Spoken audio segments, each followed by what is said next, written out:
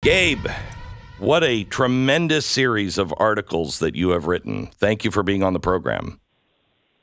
Thank you very much, Glenn. I appreciate that, and thank you for having me. You bet. Okay, so explain what you have uncovered and why it's important. We essentially unpacked in a multi-part series that we are still working on about how essentially these organizations, particularly we highlighted a group called the Global Disinformation Index, and these organizations are feeding secret blacklists to advertising companies with the intent of shutting down and defunding disfavored speech, in this case, certainly conservative media.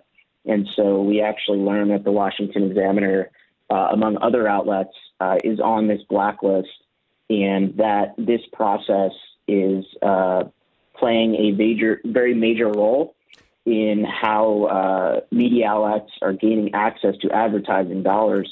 The second part of our series, sort of the most important part of this, I think, is that the United States government has funded the disinformation tracking organization that is, as we said, openly taking steps to defund and deplatform disfavored speech, certainly raising First Amendment issues. Okay, well, hang on just a sec. First, Global Disinformation Index sounds very official. Who is this group? Yes. So the Global Disinformation Index is a British organization that is two affiliated American nonprofit organizations that have both been reaping hundreds of thousands of dollars kind of as this disinformation tracking space accelerates. And so Global Disinformation Index, they compile a secret dynamic exclusion list, essentially a blacklist. And this list compiles groups that they determine to be peddling alleged disinformation. So this organization has said publicly that the outlets that it deems the riskiest are outlets like the American Spectator, the American Conservative, the Daily Wire, the Blaze, Newsmax, and several other outlets. And so their blacklist separately is something that they provide to advertising companies like the Microsoft-owned Xandr, in order for those advertising companies to have insight into the outlets that they should allegedly deplatform and defund. And what gives these people the expertise to make that determination? Great question. That's obviously a question on a lot of people's minds, certainly, Glenn. These organizations are heavily staffed with they're oversaw by people, university professors, writers, and journalists. One individual on the board of the Global Disinformation Index is Ann Applebaum, a left-wing journalist who notably discredited the Hunter Biden laptop story. Other individuals are involved with groups like the Pew Research Center, the Open Society Foundation, and NVIDIA, notably. Yeah. Okay. So they're going around, and I mean, this is something that Media Matters was doing, and really, despite what is said in the papers, quite ineffectively with me when I was on just radio and Fox. And they would target and target and target and target. But now you're looking really at Google and Amazon as the big advertisers, and they're targeting all of these agencies, if you will, that are really media platforms. Correct? That's right. A group like this, which obviously, has certainly flown under the radar, has developed major influence clearly in the advertising space based on the fact that Microsoft, we learned, was subscribing to this list. Microsoft, obviously one of the largest corporations throughout the world. I'm just looking at the review of the Huffington Post. This is their risk level is low, so feel free to advertise. The Huffington Post largely features fact-based, unbiased content free of sensational text or visuals. The domain also refrained from perpetuating divisive narratives via the negative targeting of groups or individuals, unless you're conservative or Republican.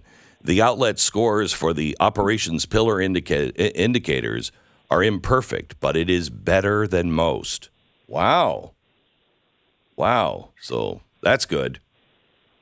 Yeah, and what I would like to flag, Glenn, is that the organizations, the news outlets that the Global Disinformation Index ranks as the 10 least riskiest, they all skew to the left, notably, except the Wall Street Journal, but notably they flag Huffington Post, now HuffPost, and BuzzFeed News as allegedly the 10 riskiest outlets. As your listeners may remember, these are two media outlets that heavily peddled the Steele dossier that intended to link Donald Trump to Russia. They also peddled the false notion that the Hunter Biden laptop story was Russian disinformation. These are two very problematic, legitimate disinformation campaigns that seeped into the American consciousness. Well, and I don't think people understand. The Wall Street Journal is actually used to be, I don't know if it is anymore, it used to be more liberal in its news pages than the New York Times. But because of the editorial section being so conservative, it just kind of got this rap that it wasn't. But it's a very liberal newspaper when it comes to the news. Mm-hmm. Yeah, I mean, and what we tried to highlight again is the fact that the 10 allegedly least risky outlets, that certainly is problematic given the stories that they've promoted in the past. Whereas when you look at the outlets labeled the riskiest, outlets essentially like the Washington Examiner or the Blaze, these are outlets that actually were right on this material first. The Washington Examiner verified the contents of the Hunter Biden laptop, and so did several other outlets long before legacy media actually took an honest attempt to take a look at that information. It's funny because I don't see any. On the riskiest domains or apps, I don't see a single liberal on here, and I see almost every single conservative. It's quite a list. Can we go back to now where the government is funding? Because even our State Department is funding this. That's right. The State Department has granted $330,000 to the Global Disinformation Index through two specific entities. One, the Global Engagement Center, which is essentially a grant-making arm through the State Department that actually came under fire in Twitter files reported by journalist Matt Taibbi, because that same organization was contacting Twitter and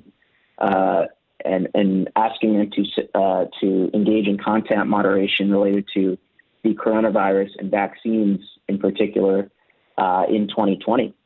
So that's one entity that has funded the Global Disinformation Index. The other State Department entity is the National Endowment for Democracy, which is a nonprofit group that was authorized through Congress, that is funded almost entirely through congressional appropriations. And I would really flag that the board of the National Endowment for Democracy has oversight over who receives grants. And their Congresswoman Elise Stefanik, a Republican, a staunch Trump advocate, and aligned with former President Donald Trump, she sits on the board of that organization.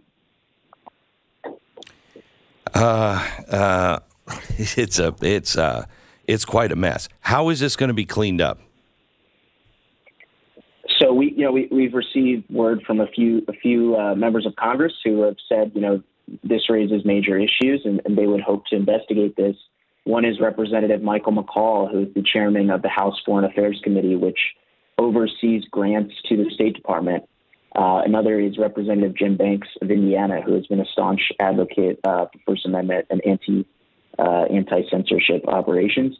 But certainly, a lot of Americans are hoping that members of Congress can take adequate steps to investigate this situation, in particular because this really feeds into a lot that was revealed with the Twitter files between public and private partnerships. And I think that does raise a lot of concerns with American voters.